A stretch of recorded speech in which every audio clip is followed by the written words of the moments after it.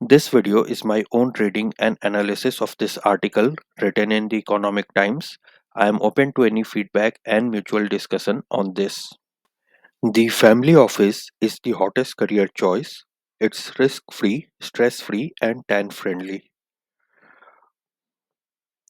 India's young billionaire heirs are prioritizing stock market trading and leisure over traditional business responsibilities.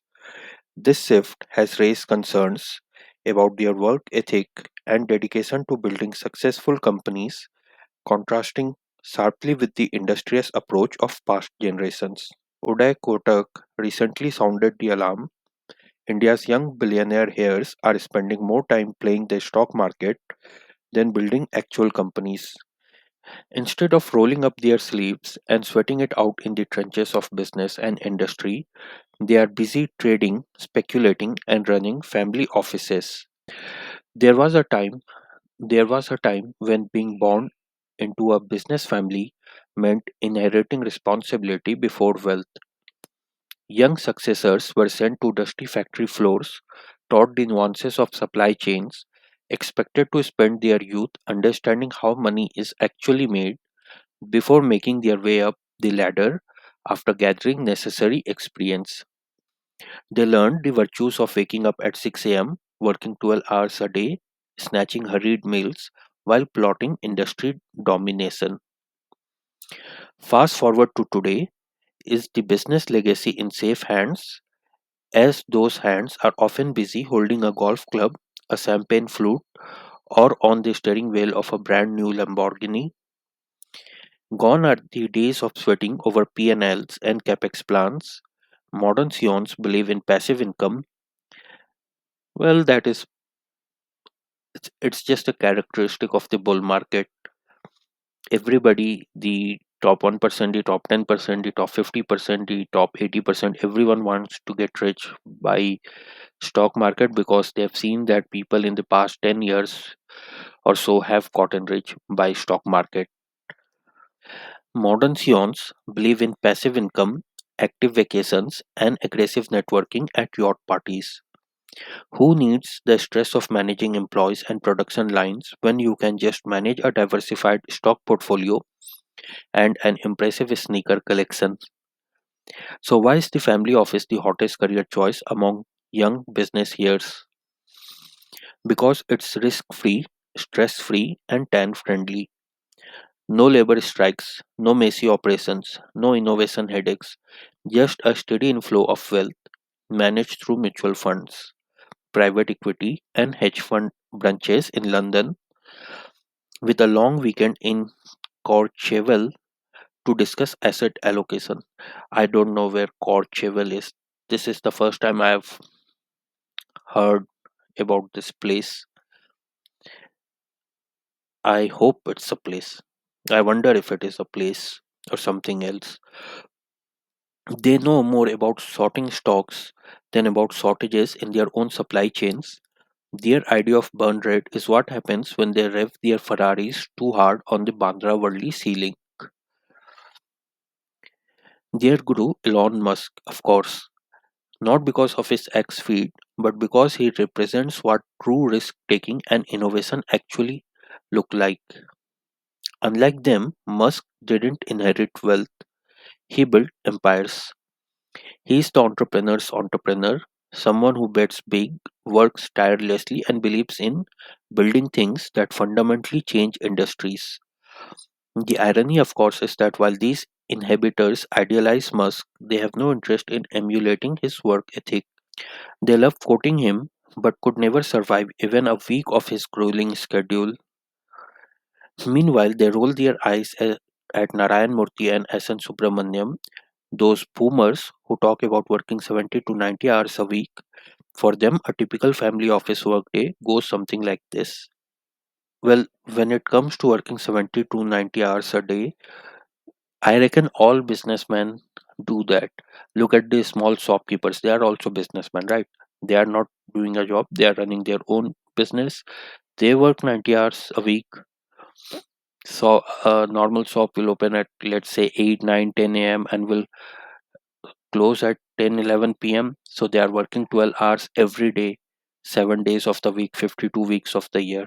So people work long hours when they are doing their own, when they are running their own business. It's wrong to expect employees to work 90-hour shift when you are paying them for 40 hours shift. If you want them to work 90 hours, then first of all you have to pay them 90 hours. Second of all, why do you want to hire one person and make them work 80, 90 hours? You can hire two people, pay them each for 40 hours of work and make them work 8 hours a day, 5 days a week. It's always going to be different for employees and employers. Employers are going to get exponential gains by working long hours, and all of the hard work is has to be accumulated in the initial few years, and all of the benefits, exponential benefits, will come much later. And when it comes, there will you will be living like nobody else. Dave Ramsey has a famous saying, live like nobody else so later you can live and give like nobody else. If those entrepreneurs who are working 80, 90 hours every week, when their business becomes a success, they would be living the life that normal people will not ever get to live. So it's wrong to expect the normal people to work 90 hours a week when they are never going to get the success of that hard work. So anyway, coming back to this article, for them a typical family office workday goes something like this: 11 a.m. wake up and read the latest Warren Buffett quote on Instagram. 11:45 a.m. gym time with a Bollywood trainer. 12:30 p.m. call dad and superficially chat on company operations. 1:30 p.m. lunch with a startup founder who's revolutionizing the Indian chai experience with a $20 million valuation and zero sales. 5 p.m. fly to Dubai to meet potential investors, read party at Zuma. 8 p.m. post a LinkedIn article on the importance of hustle. Well, coming back to the previous point, employees should look to minimize their office work for 40 hours a week and then should be spending another 20, 30, 40 hours on improving themselves. Either it could be upgrading their skills or building a side business. And the easiest one these days is the YouTube. Just start a YouTube channel and work on that and build it up. Hustle culture consists of flying to the sky slopes of Davos and expensing it as a business trip, buying a Birkin bag and calling it an investment. What is a Birkin bag? I'm too poor to know that. Posting cryptic tweets like new deal loading when the only thing loading is their next resort booking. Today's business heroes don't just run companies, they also run content strategies. Back in the day, success was measured by market cap and legacy. Today, it's measured by how soon you can get on the Forbes 30 under 30 list.